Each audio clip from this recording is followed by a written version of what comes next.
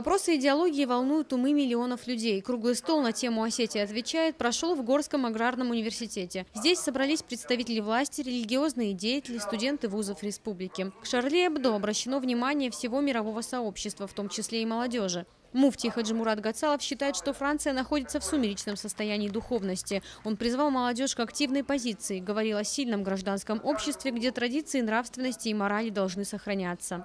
Необходимо жить в мире и уважать религии, уважать все религиозные воззрения каждого, тем более в нашей многоконфессиональной республике.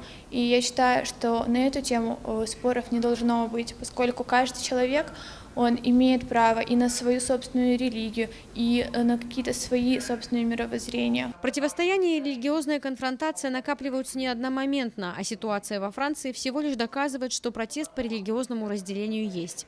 Участники круглого стола попытались ответить на важные вопросы. В чем истинный смысл трагедии в Париже и каковы пределы свободы слова? Для многоконфессиональной республики эта тема не теряет актуальности. Чем закончится чудовищная провокация и каков выход из кровавого тупика? Я говорю конкретно об Осетии.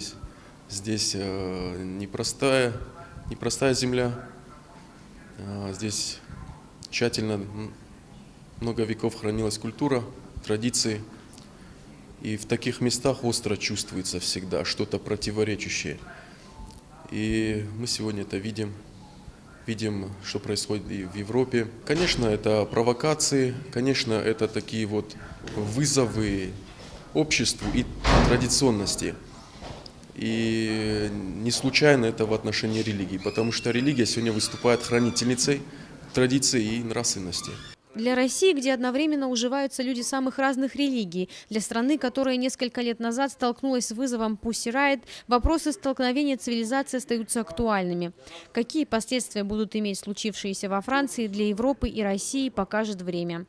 Залина Губурова, Евгений Маркин, Осетия ТВ.